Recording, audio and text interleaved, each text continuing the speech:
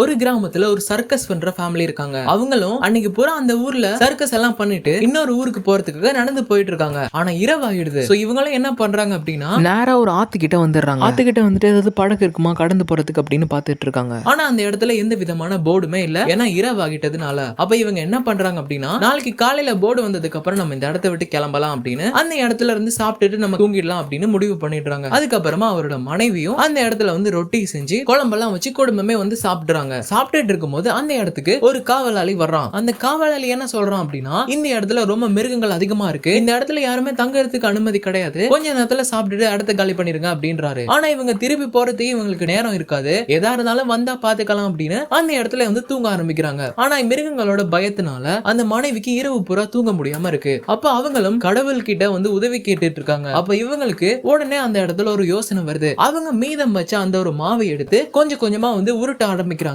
இப்படியே அவங்க உருட்டிக்கிட்டு இருக்கும்போது அந்த கொஞ்சம் மாவு பாத்தீங்க அப்படின்னா ஒரு பெரிய மாவா வந்து மாறிடுது. ரொட்டியை வைக்கிறது மாதிரி அந்த மாவை கொண்டு போய் ஒரு அடுப்பு மேல வைக்கிறாங்க. அந்த மாவை ஒரு படகு மாதிரி வந்து உருவாக்க ஆரம்பிக்கிறாங்க. பார்த்தா நிஜமான ஒரு படகு மாதிரியே வந்துருச்சு. அப்ப இவங்க என்ன பண்றாங்க அப்படின்னா தன்னோட கணவரையும் அவங்களோட பையனை வந்து எழுப்புறாங்க அந்த இடத்தை விட்டு போறதுக்கு. ஆனா கொஞ்ச நேரத்துல ஒவ்வொரு மிருகங்களா தண்ணீர் குடிக்கிறதுக்கு அந்த ஆத்துக்கிட்ட வர ஆரம்பிக்குதுங்க. அப்ப இவங்களுக்கு வேற வழி இல்ல. அந்த மனைவி பண்ண அந்த ஒரு ரொட்டி படகை எடுத்துட்டு அந்த ஒரு தண்ணியில போட்டு கொஞ்சம் கொஞ்சமா போக ஆரம்பிக்கிறாங்க. அப்படியே காலையில வரும்போது அவங்க நேரா அடுத்த கிராமத்தோட கரைக்கு வந்து வந்துடுறாங்க. அதுக்கப்புறமா ரொம்ப சந்தோஷமா அந்த படகை விட்டு இறங்கி போறாங்க.